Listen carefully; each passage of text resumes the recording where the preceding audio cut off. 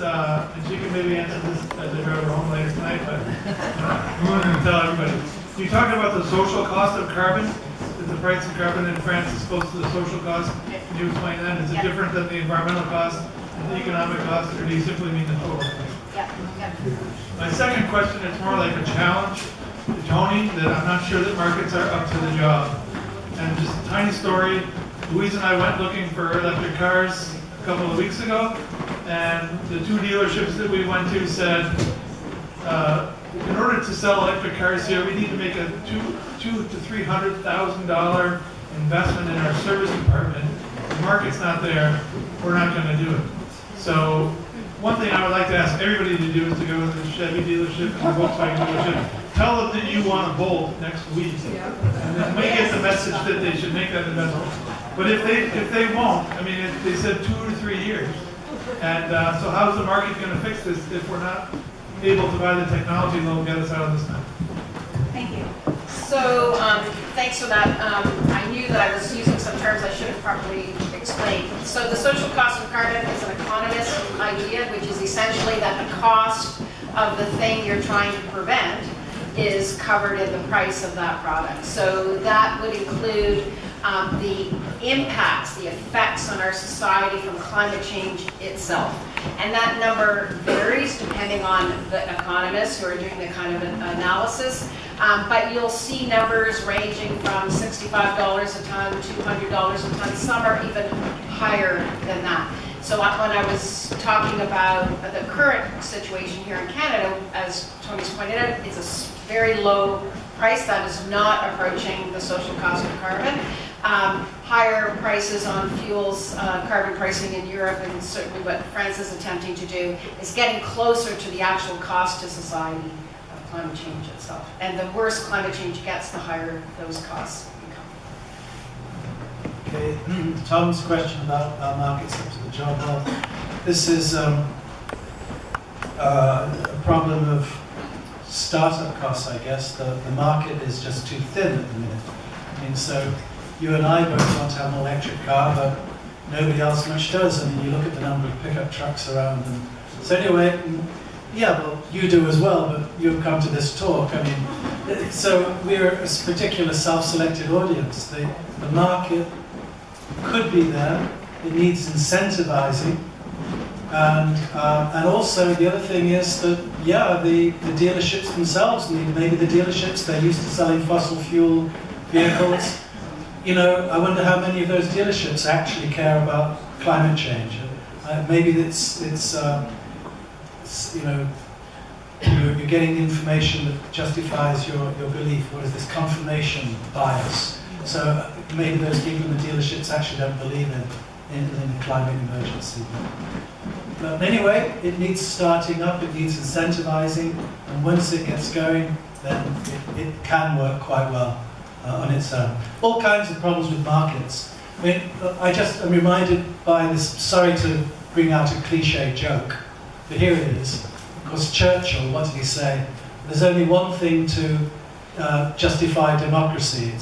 It's a terrible system, democracy. The only good thing to say about it is it's better than all the alternatives. So similarly with markets, there's all kinds of problems with markets. I could give you 3 courses on the problems with markets, you know, but the thing is that, yeah, markets have all kinds of issues, but all this, the sentiment that I'm sensing around me is, oh, let's go for regulation. And regulation is very soft because it's all abstract. Wait till you start getting the regulations in that'll actually bite on carbon emissions, and then you won't like regulation. I guarantee it. Because this regulation will increase costs. And those costs, you say they're in the future. Well, I doubt it. There we go. Thank you very much. Anyone else? Van Jones. I understand that the military contributes a lot to carbon emissions, and I don't know. I'd like to know. It's not in the pie chart. I'd like to know more about that. Do we know more about the percentage of emissions? Because it seems like it's substantial, and so that would maybe skew our whole thinking about the individual's responsibility here. So whether it's the military or any other kinds of sectors, they're kind of, as you say, rolled into those categories. So the fuel use, whether it's in fighter jets or on the ground, whether it's Gagetown in terms of their operations, all of that would be rolled into those categories. It is broken out by sectors in terms of like food. That's a great example, right? You can see more and more analysis that is saying, at a level of consumption. I put out something the other day that said, at the level of tourism, the demand for flying and tourism is insatiable. The richer we are, the more we fly. There is no another, I can't believe I have to use, I'm not the economist. But in fact, it's completely open-ended. People will fly more the more income they have. So that kind of analysis is helpful. But I would say in the Canadian context, I've worked on this issue for 30 years, I'd say it's small. I would say What it's is small. small? The military? I would say in Canada it would be small. I'm not saying it's not important. Everybody has to do something, and they all have to make their contributions. But I would say it's not necessarily, a big sector compared to other sectors. But I mean, the military is quite a big sector in our economy. I just haven't seen anything that tells me that I would say it's bigger, say, than transportation, or bigger than food, or bigger than electricity. I haven't seen that. Not to say it's not there. Just say I haven't seen it. Go ahead. I'd like to address my question to Tony. Since anything that happens in Alberta affects us, transfer payments, etc., would you comment on Rachel Notley's recent statement about limiting the production because of no possibility of getting rid of it? How does it affect us? And just generally, how do you respond to what Rachel Notley said in the last few days? Okay, here's my take on it. I wish I had.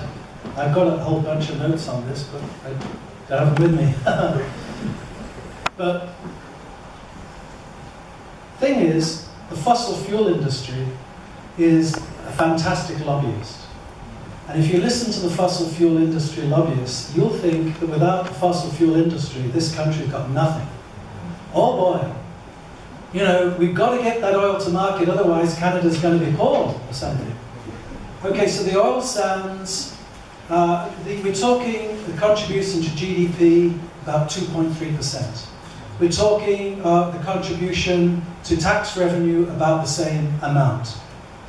This is about the same importance as tourism. Okay? So my perspective is that it is fantastic lobbying, and it's making us all fired up and scared. Gosh, we're going to lose all these transfer payments unless we get their market, get their oil to the shore, get it tidewater. But it's BS. A lot of it is BS. And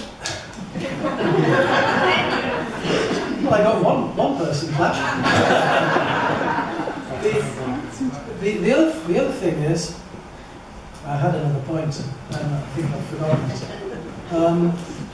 The other thing is that about the need for pipelines. At one time, I think it was before I talked to David or somebody like that, I was in favour of building pipelines, because clearly it's much better to ship your oil by a pipeline than it is on a rail car or in a truck. Why do we have the pipelines? But it was explained to me that they're not building the pipelines to get the current amount of oil to Tidewater. It's so they can expand the production threefold in the future. So even if we have these extra pipelines, we'll still be shipping it by truck and by rail to the maximum. So the fact that we don't have pipelines is actually constraining them a little bit. And we can see this constraint in the fact that they've now been forced to cut back their production a little bit. So they're cutting back their production a little bit to what level? To the level it was a year ago or 2 years ago? You need to look at the data and see that. But to me, again, bottom line, this is fantastic PR by the oil industry. I'll just wait for another question. I have lots to say about that. Thank you very much. Anyone else with a question?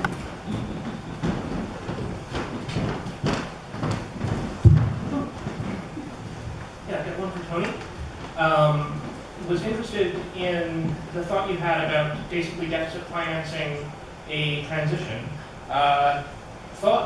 My initial intuitive thought was that that would be quite costly and the inflation effects might be quite large. But then I think about something like the Stern report that says the amount of spending we need is quite small. And I am not someone who's super knowledgeable about that. Would you be willing to expand on what you think the scale of the costs would be if we were to do a deficit financing energy shift? Well, the numbers that I've seen, the thing is the numbers are constantly changing as the situation worsens. So all of these things need to get updated. The Stern report, that's getting to be a little old now, isn't it? Isn't that something like 2007? Yeah. So, I mean, back in 2007, the standard belief was that the worst effects of global warming weren't going to occur until 2100. We now realize, whoops. So, but back in those days, it seemed that an annual investment of around 2 to 3% of GDP would be enough. Well, so what is it now? I mean, if we did that, it would be huge. And so it could generate inflation, might not. Actually, that's one thing that economists don't understand very well at the minute, is inflation, why there isn't more of it, why there wasn't more deflation in the recession. There's a big kind of black hole of knowledge there. Certainly all the cheap goods from China and that is certainly keeping down prices. It may not even generate inflation, but certainly cause the economy to boom. So do we have an idea of the scale of the cost? So I can throw in, I mean, it does depend on who's doing the analysis, of course, but let me just say spending on what. So if you're thinking about, where it is we need to go and what this story is all about. So we've got, just at the sheer heart of it, the need to change our hearts, right? That we're not engaging on this issue from a place of care and respect for the planet and for each other, period. We're not. We're all in denial. It's not just people who try to pretend climate change isn't happening. So open your hearts to that we have so much to do. So what are we doing? The biggest thing from a what will our world be like in the future point of view is you're eliminating fossil fuels. Well, what are we going to use instead? The future in a non-carbon world is an electricity world. This story is about massively investing in not only non-emitting electricity, but using electricity for more things. So if you look at the work that's been done, that's really important work, I think it's called deep decarbonization. Very good economists who I actually admire deeply. And they talk about a doubling of the size of Canada's electricity system in order for us to decarbonize. That means to have enough electricity that's non-emitting to run our transportation system, to reform industry operations and processes, to shift in terms of our own consumption. And the key trigger to a lot of that is the elimination of the internal combustion engine. So, we do need, and I am not a carbon pricing proponent for all sorts of reasons. I think fooling around at the edges of capitalistic consumption and all of that is not necessarily going to be where we need to go. However, it is where we are. We are in this society, and markets are part of our society. So setting aside my overall dream of changing everything in the world, working with the world that we have, carbon pricing is a part of it. But so is regulation. And I think one of the most powerful things that's going on in the world is the banning of the internal combustion engine vehicle. You see it 2025 for Norway, you see it 2040 in other countries, it's in that range. We need that ban in Canada.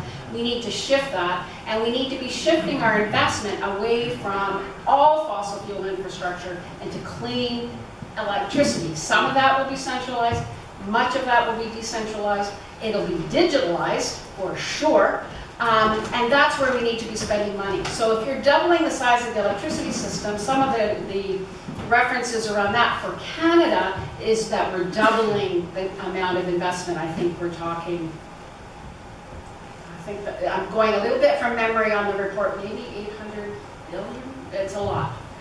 We're talking a lot of money. If people think that there isn't work to be had in this transition, give your head a shake, right? We have so many opportunities, but we're not focused on the right solutions. As David said, we're fiddling about fighting about carbon pricing.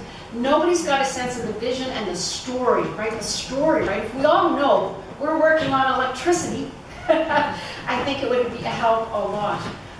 And so the spending needs to be focused, and it needs to be directed as to where the economy is going to go and where our lives are going to go and how that will work. And so there's lots out there about how that would happen. It'll be a mix of regulation and pricing, there's no doubt about it. But it needs to be focused, and we are nowhere near that in New Brunswick. We've got two things coming down the pipe, all coming at us from the federal government, which I hope stays in place. Carbon pricing being one, as Tony talked about the regulations on electricity generation from coal and gas. The reason for those regulations being a little bit tighter on gas is that the entire process in places like Alberta and Saskatchewan is shifting from coal to gas. There's 5,000 megawatts of planned investment in natural gas-fired electricity in those provinces. In that one province, in fact, it's in Alberta, that can't happen. Coal is going to be phased out by 2030. So the process we need to get into here is, what are we going to do in New Brunswick with our electricity system? We're not even in the zone of having that conversation. We're resisting change in Beldoon. We're resisting change in Coulson Cove. We're not increasing our supply of renewable energy. We're not increasing our uptake of energy efficiency. So we need a focused conversation about the vision that we want, and I think it's about or the lives we live with electricity. I just wanted to add to what Louise had to say there with a little story here. Because a lot of this is about ensuring that we have the policy environment and sort of commitment to action by governments in New Brunswick. So you've all heard of the smart grid. And one of the major things the smart grid can do is help bring about a system of electricity generation that's renewable and decentralized. So thousands of sources of electricity being generated from diverse renewable sources injecting into the grid. And so the international headquarters for the smart grid, who's developed the software that enables to do that, is in Fredericton. And I was at a meeting a while ago with the Siemens staff up there. There were, I don't know, a dozen around the table, and they were going around talking about what they were doing. It was all fascinating work, integrating solar into grids in California, and doing smart microgrids in Africa, and working here in India and there, and all over the place. So finally, at the end of it, I said, "And what about New Brunswick?" They said, "Not at all." I said, "Wait a minute, I've been hearing about the smart grid for years now. New Brunswick and Power talks about it all the time." They said, "You know, I mean, there's no stomach for doing any of this in New Brunswick, and so all our work is elsewhere." So that just goes to show you that we need the political will here to move in this direction. The key recommendations, I alluded to the Select Committee's recommendations, some of them being stripped out when the former government developed their strategy. Well, what they stripped out were pretty much all the recommendations directed at greening the electricity grid that were directed at NB Power. Gone. So we've got some work to do. And I will remind everyone, this is our power company. We saved the damn company from being sold outside of New Brunswick. It's still a public company. We own it. It's the People's Power Company. It's a huge chunk of our emissions. We should be demanding way, way better, transformational better. And so that's the key thing.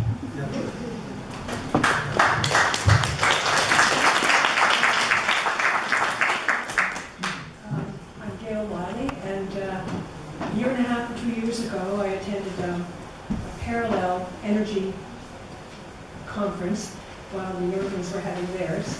And a man named Chris Rouse, I think, who's an engineer, presented his whole complete plan where he has tested for complete conversion to wind, and there's enough territory that doesn't need to be near people, for that kind of social impact. And $20 a ton carbon price would slowly fund the conversion and eventually turn into a system in which the gain, the profit we make in selling power, we could actually reduce the rates. Now, he was to present that to NB Power. I've heard that he was supposed to, and then I haven't heard whether he did.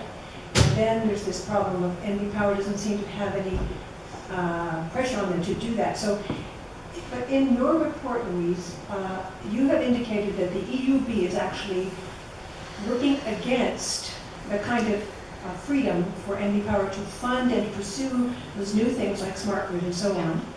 And I looked at the mandate, and there's nothing in there that says, and do things that are socially responsible for at this current time. Can you comment on that? Yeah. So this partly alludes to what David was talking about in terms of policy. So right now, the Energy Utilities Board operates under legislation, and there are rules that it follows in terms of how it assesses whether or not proposals that come forward to it from NB Power are perceived based on the guidance, the way they work now, and I'm trying to be super simple here, meets the test of being cost effective for the utility. There is no social cost test for setting rates and assessing, for example, energy efficiency or any of that kind of thing. So none of those social or environmental externalities are captured. So just to give you an example, and it sets me in a rage every time I go through it. I'm one of those crazy people that read the decision because I just love that detail.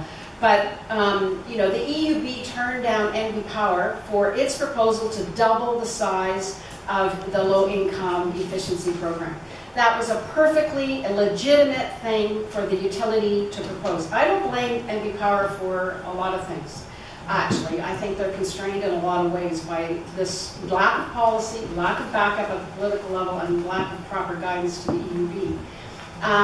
They were refused on the solar storage research. They were refused on expanding energy efficiency.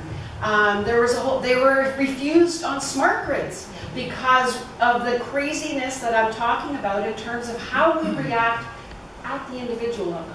As soon as Robert Jones started talking about the cost of smart grids and that effects on rates and all of those kinds of things, there was this big brouhaha and everybody all of a sudden was opposed to smart grids.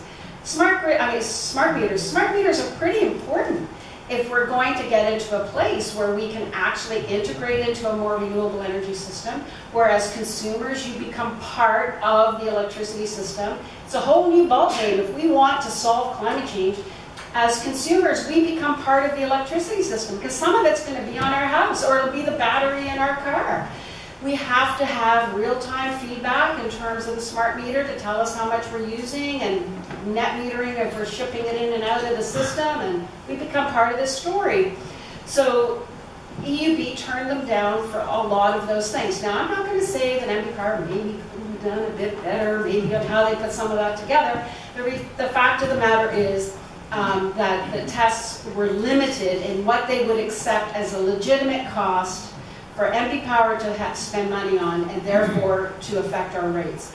We have to say something about that, and I think our politicians have to say something about that. NB Power needs to be given more permission, and it needs to be guided by a regulator that has a broader mandate, to me. Now, I'm not an expert person on this, but to me, that would make more sense. So those changes are kind of fundamental and they need to happen. And we as consumers and citizens need to support it. And if that means that electricity prices go up a little bit in order for us to fund this transition in our province and our world, that we say yes. We are willing to participate in this process in order for this change to occur. So the whole electricity system is one that is worth it. And just so you know, I mean, when I say none of it is happening, the proposal for Belledune is to, take some biogas from a pig iron plant that maybe will come or not. There's ideas of LNG for coal sand. There's modular nuclear. There's no solution ever proposed that has anything to do with more efficiency, more renewables, more storage. It's always centralized. It's always this kind of old thinking, I think. So we need to nudge and support and encourage and be part of it. Give a safe, reliable system. They are mandated by law, okay, by law, to give you reliable electricity at the lowest possible price and to pay down the debt. They're in an impossible situation.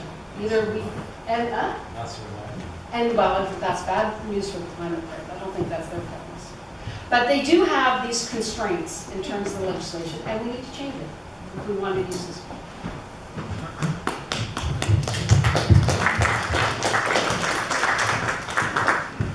Hi everyone, Carl Laffenford, and I want to thank the panelists. I thought all the presentations tonight were just bang on, really great information.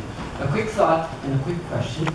A thought to share, and I'm hoping this may be a value add to your presentation, Tony, because you illustrated how main political parties are saying that New Brunswick's emissions went way down, and therefore we've already made our target, and we've gotten tremendous political traction out of that, of course. I think the rest of the story is, why did those emissions go down? Because there's a part of me that would love to say that the average New Brunswicker has all of a sudden had a change of heart and we've all changed habits and reduced our emissions. But it seems to me I'm right when I say the main reason those emissions went down are a pulp mill in Bathurst, another one in Dalhousie, another one in Miramichi, a power plant in Dalhousie, and a power plant in Grand Lake. Exactly. Which really kind of went under the radar for most of us, except folks affected directly economically. So I thought that was important context to add in. Quick question would be, I'd welcome your thoughts on the prospects for this legal challenge that's going on now. Okay. I think they'll lose. In the activist part of my work, I'm actually working with a number of the NGOs that are have already announced they're intervening in the court case in support of the federal government. And so there's two things to kind of note. One is, yes, they are challenging the federal government's jurisdiction. Pay attention to this. Don't get caught in this red herring. So the federal government does have the jurisdiction to set the price. They are very confident they will win the court case. And the federal policy is that every province is to have an incremental price on carbon. And the reason we're going to have the federal system in New Brunswick is because we didn't do that. They did not say you have to meet a certain target, and one of the things you're going to do to get there is carbon pricing. There's no reference to a target whatsoever. It's completely irrelevant whether New Brunswick's emissions are here or there or somewhere else. It's completely irrelevant. The question is, does the New Brunswick policy include an incremental price on carbon among all the other things that it will do? So just don't get caught in that particular red herring. But the thinking is that they will indeed win. But you know, it doesn't necessarily that the federal government will win. But that doesn't necessarily mean, you know, it's secure. And the reason why all of these NGOs, Eco-Justice, the Canadian Public Health Association, a number of groups at the local level are coming in is they're arguing different facets of the Constitution and the federal power under the Constitution to make sure everything is covered. So some groups are arguing the emergency power because climate change is an emergency. Others are arguing peace, order, and good government. So they're hoping to cover the bases of all of the dimensions under which the federal government could have power, that if the federal government loses, maybe one of the others wins. So we'll see how that all goes. Yeah, I mean, just on the face of it, the federal government does have the right to make international treaties and to control international pollution and to enforce them, to make treaties about that. And so it gets complicated, as Louise said, but just on the face of it, I mean, even though the provinces have some rights to determine their own energy policies, certainly the federal government has the right to control pollution internationally. So it seems to me a sign that the federal government will win. And I think it's still the case, Louise, isn't it, that carbon pollution is regulated under the Federal Environmental Protection Act? Yes. Yeah. There you go.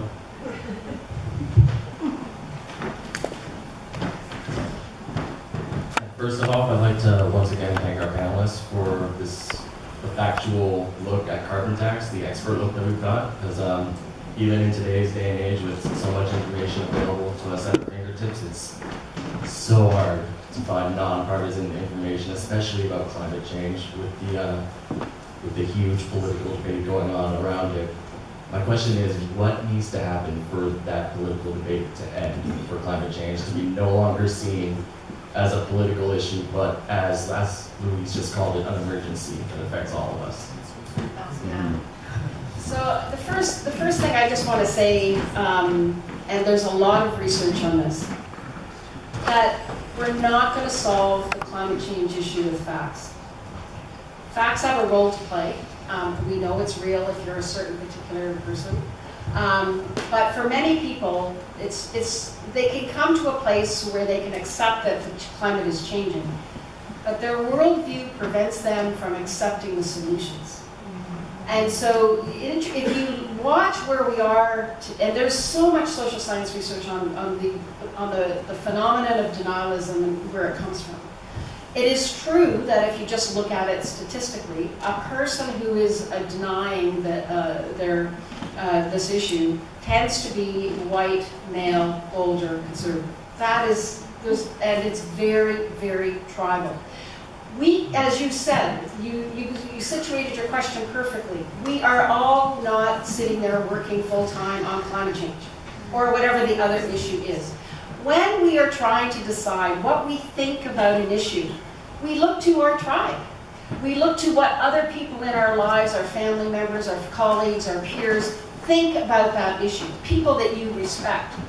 And if your tribe says that's not an issue for our tribe, regardless of the facts, you will not support action on climate change. And that's where the Republicans have gotten themselves into, and increasingly the conservatives.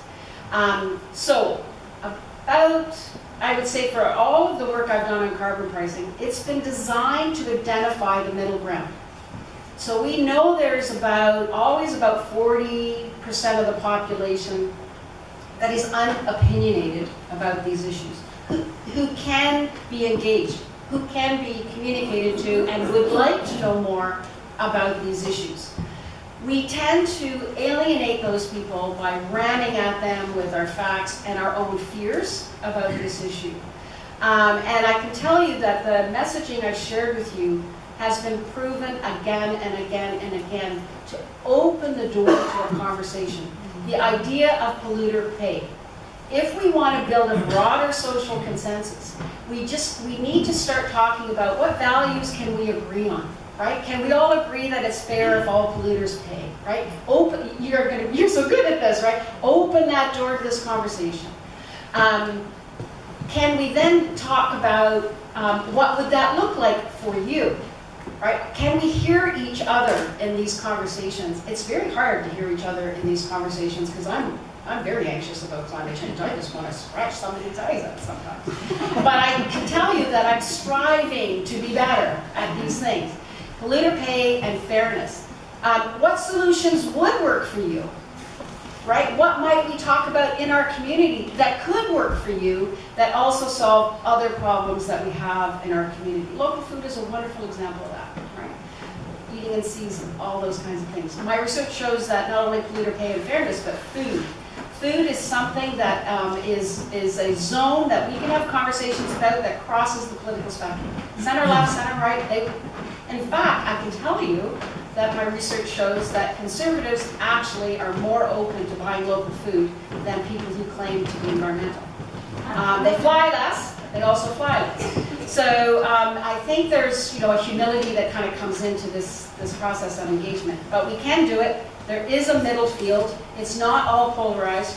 And if we come in carefully, we can have conversations. I wouldn't start with carbon pricing. In fact, I'd probably never talk about carbon pricing.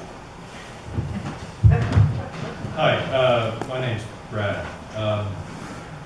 So my own background is not economics, it's not, climate science or anything like that. It's sort of in history, and one of the things I've been thinking about is that this discourse in carbon pricing has me thinking about other big, transformations, social, political transformations, even economic transformations. And one of the things that comes to mind is healthcare, and the way in which sometime shortly before I was born, there was public health care in Canada, and I don't remember a time when there wasn't, but my parents did, and my grandparents did, and then, people died because they couldn't afford to go to the doctor, stuff like that, right?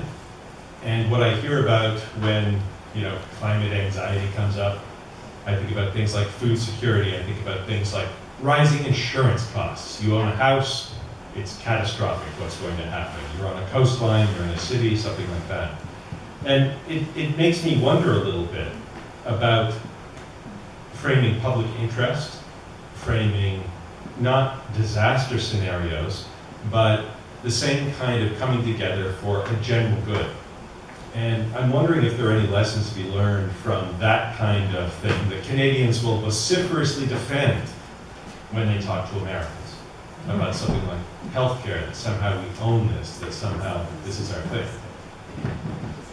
So I mentioned in my acid rain example how the governments undertook a massive program of sort of awareness building and consciousness raising and education, and that's not been done in climate change. What we're talking about with this kind of transformation is a huge societal project which has no backdrop for people to hang on to, no vision, no anything, except what people picked up sort of here and there in fragments from what they get from the media mostly.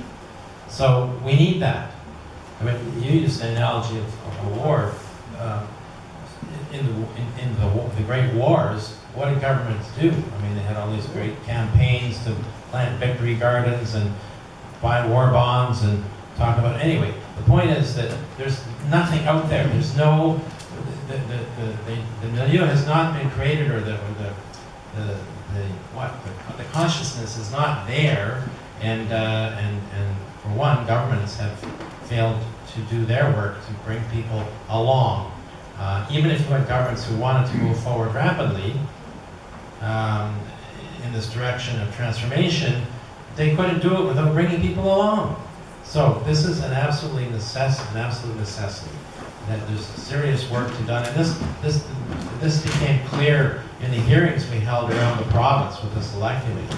Time and time again, every community, among a lot of good proposals, people said there needs to be a broad-based campaign to bring New Brunswickers along on this issue, so we all better understand what it is, why it's a big problem, what can be done about it, and what's already what examples are already in place that point us in the right direction, like there are in New Brunswick. So we have a home builders association who's got tradespeople and builders trained up to build net zero energy homes, and we have a renewable energy company, a young company in St. John, with local investors from the St. John area, NextGen Renewable Energy, who built the first solar farm on a dairy farm not that long ago, which locked in the dairy farmers' power for 20 years at 7.5 cents a kilowatt hour from the sun. So, but who knows about that? We've got other farmers up in the Grand Falls, St. Andre area who decided that they could take the waste from their dairy herd and from the surrounding food processing industries and produce biogas, which they could generate electricity from, which they're doing, and selling to NB Power. So, and these farmers figured it out themselves. They figured out the recipe. I mean, it's remarkable. So there's examples all around the province of this. They're just kind of the little shoots of green that give one a sense of where we could go. But we have the people, we have the know-how, we just don't have this sort of political buy-in. And that's why one of the solutions, someone asked earlier about how we move forward, one of the solutions is in fact political. And it's very exciting to see in Prince Edward Island that the Greens in Prince Edward Island in the polls are leading the sitting Liberals. For 3 polls now, poll after poll after poll, leading the sitting Liberals. So that, the governing Liberals. So that's extraordinary. Something is going on. And maybe it's going to start first in Prince Edward Island, as it should. And cross the bridge to New Brunswick and we'll pick it up and run.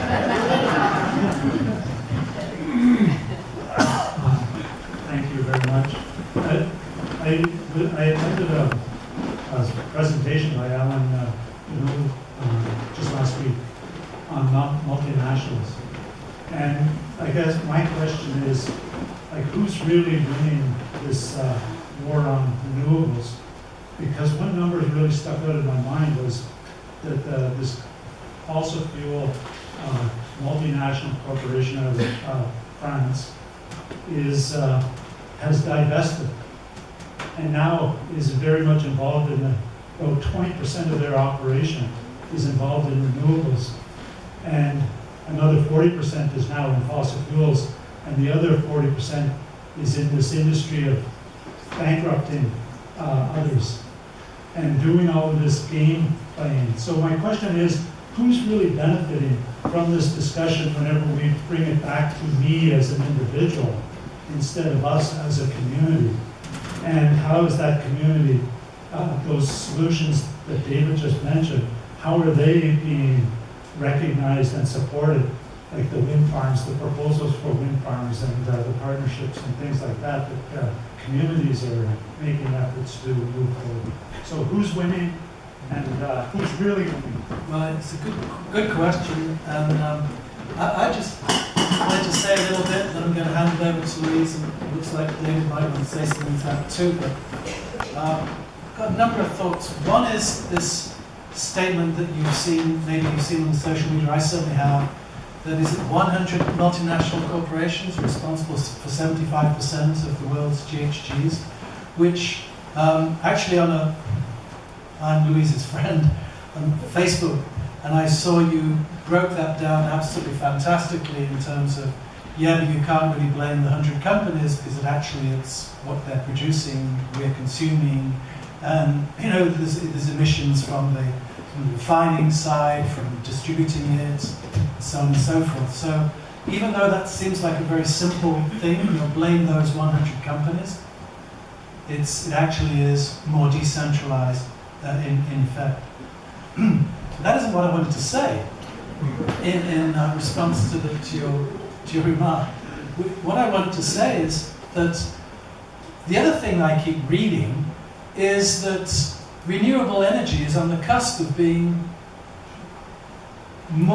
cheaper than fossil fuel energy. I keep reading that the wind power is now just ever so slightly cheaper than fossil fuel. Solar power is nearly there. And I'm wondering if is this true? Because if it is, why isn't it happening? What kind of little nudge does it need that it's just going to bump all by itself? Your lobbyists aren't as good. Is that it? Well, I mean, in terms of who's winning, in terms of why don't we have what we want to have here, look at the companies we have in New Brunswick. They have a very strong power position, and they play their power position, and they're playing their power position more today than they were 6 weeks ago. We know it. This is our lives. Okay.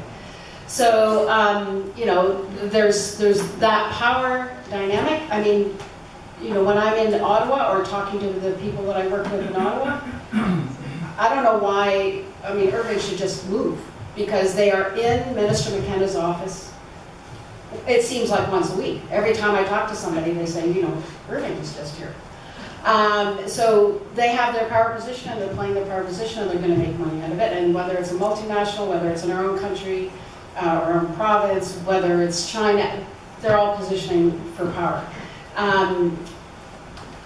The point of an economist approach to carbon pricing is to help them make money doing the right thing. That's the whole point in an economic system that we have. The capitalism approach to this is to help them make money doing the right thing. And so that's part of what the story is. We may have other views about the kind of economic system we would like, but in the context of the system that we have, that's the logic, right? Okay. On the renewable piece, it is true that prices are falling significantly. But it's more complex than just saying you're going to throw out the windmill. There are different trajectories in terms of their supply contribution. They need battery and storage support. And so what? Tesla's got gigafactory battery storage in Australia, and I want one here, right? I'm looking at my guy there. Because this is my friend there. Because we can get a renewable energy system in this province, and we can do it with cost-effective storage and cost-effective technology, but it needs to be mandated, and it needs to be set in play through regulation and carbon pricing.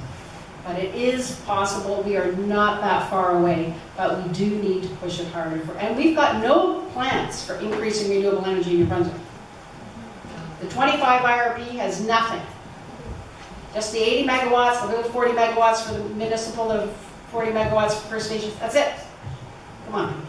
It's not a good plan for the future.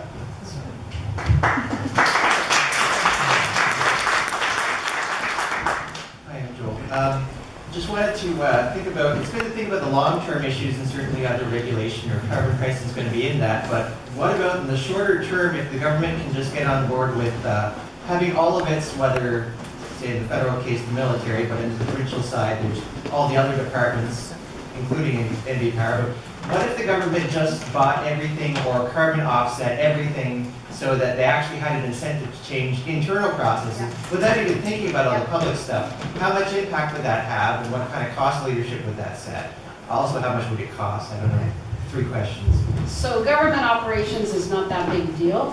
It's not, but it's not important. So the province currently has a carbon neutral government commitment. I think it's by 2030 to be carbon neutral. It's part of the climate plan.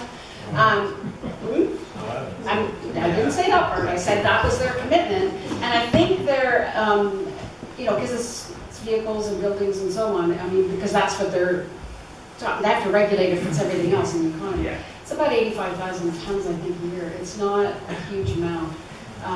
Government operations aren't as big as we think. But when you're looking at the current plan that the federal government has for carbon pricing, Tony mentioned that 80% is coming back to households. The 20% that's going to other places includes small to medium-sized enterprises, which I think is great, for 10%. And the other 10% is going to what we call the MUSH sector: municipalities, universities, schools, and hospitals. So that's really where you get more leverage in terms of, yes. Police forces, for that matter, are major. Yeah.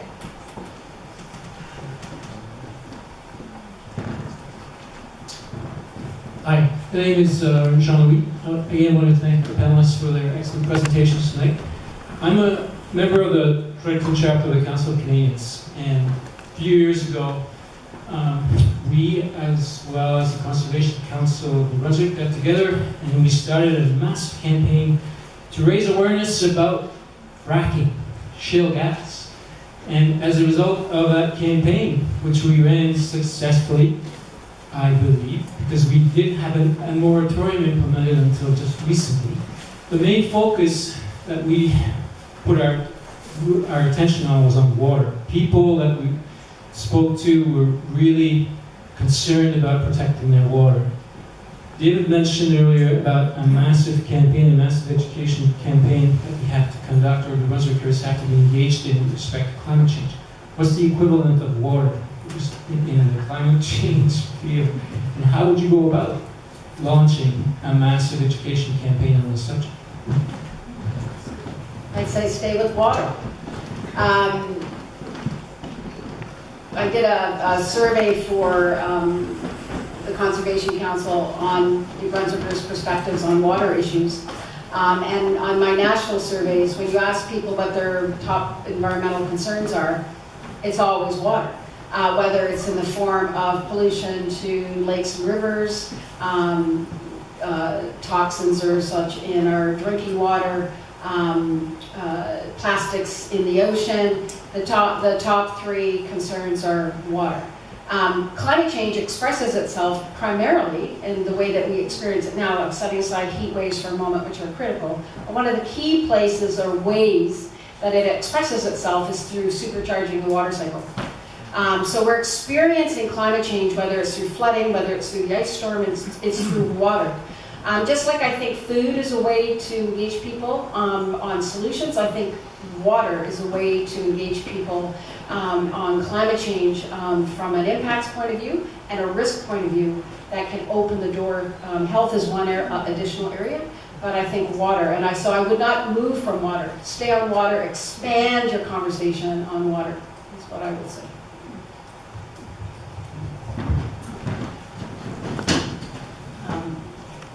Hi, I'm Janice, and I'm trying to figure out how to approach this coherently because I sort of have a jumble of thoughts in my head.